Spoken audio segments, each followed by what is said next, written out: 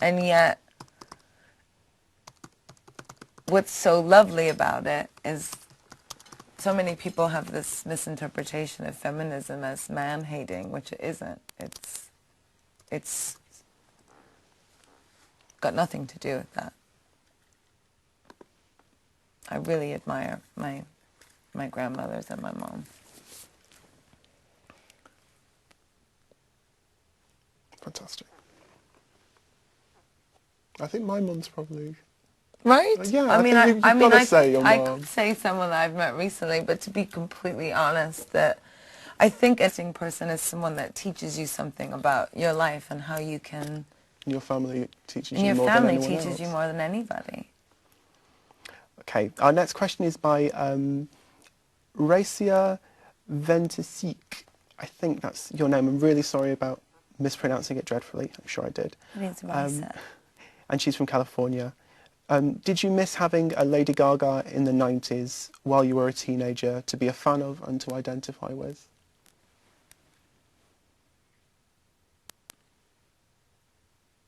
No, I guess I didn't, because I suppose I didn't know what a Lady Gaga was yet. I didn't know. I always knew it was my destiny to be an entertainer, but I didn't. I was ready to be the new thing. I always admired the women that I grew up watching, all the pop stars, Britney and Christina, and I was a big Layla K fan, and Linda Perry and Four Non-Blondes. And I could go on and on and on about so many.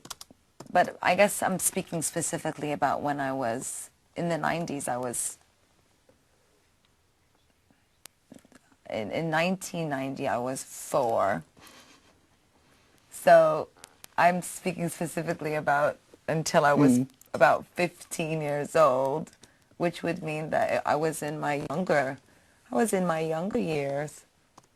And I listened around when I was 13. That's when I started to really listen to older music. So I was more into Zeppelin and Queen and Pink Floyd. So I wasn't really. I kind of went through a transition where which is very much, you can see now in my performance style, much more androgynous. I was much more obsessed with male rock stars at a certain point, and Bowie to be particular. So I didn't identify with women as much in the 90s, I guess you could say, also.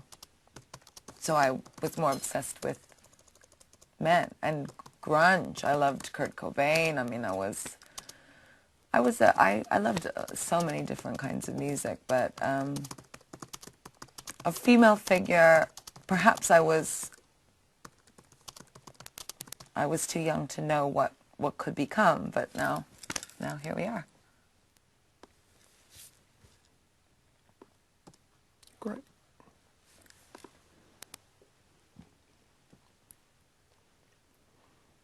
Okay.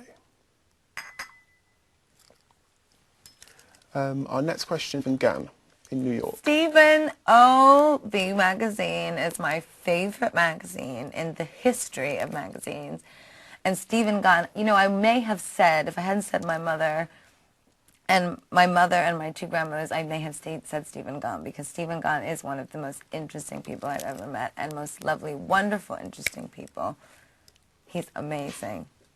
Well, Stephen asks, at the Met, Oprah Winfrey called you some kind of spiritual and cultural leader. How do you feel about that? And what do you do to uphold that? As in, do you think of yourself as a role model to younger people and kids? Yes, I do.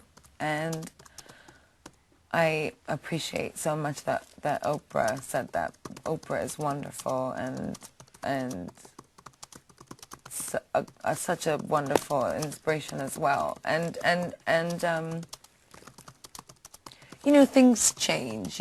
Like I said, I didn't have very much perception of the way people viewed me up until a certain point. And then once you start to gauge who's watching and who's listening, you start to think about, okay, now what do I want to say now? Particularly with my next album, I'm much more self-aware of my spiritual and or in that way. And I don't particularly think that things like sex and drugs and talking about things openly in that way are wrong or necessarily bad for young kids. But I think that the most terrible thing that you can do is be prejudiced. And I would say that emphatically in my career, I am against prejudice. I am very against prejudice. I'm very against judging any particular kind of person or people or thing or idea. I think it is very important to be free and full of non-judgment. So I guess I would say that is how I religiously and spiritually lead my fans, is in that way. And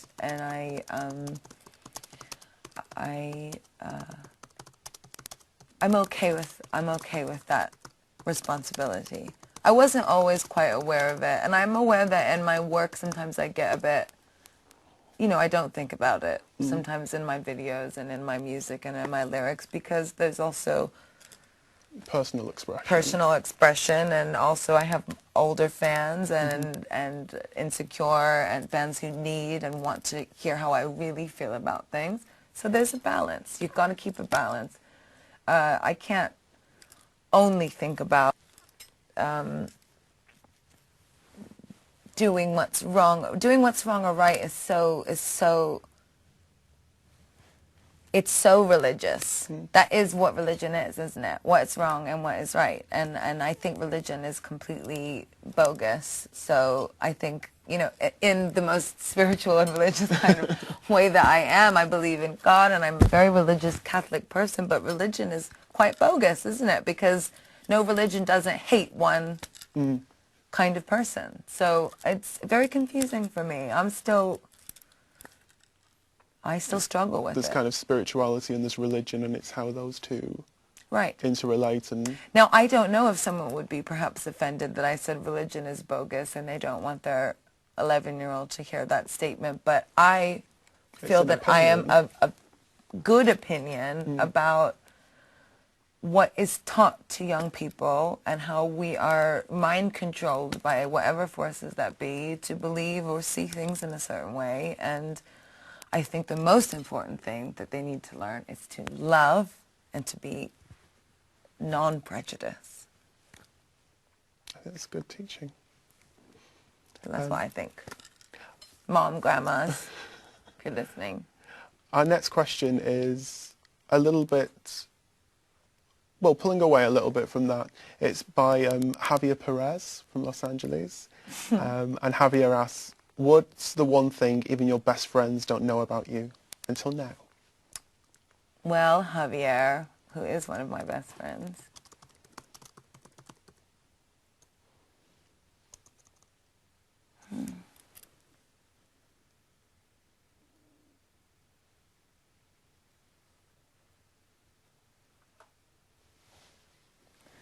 probably how much I really miss you.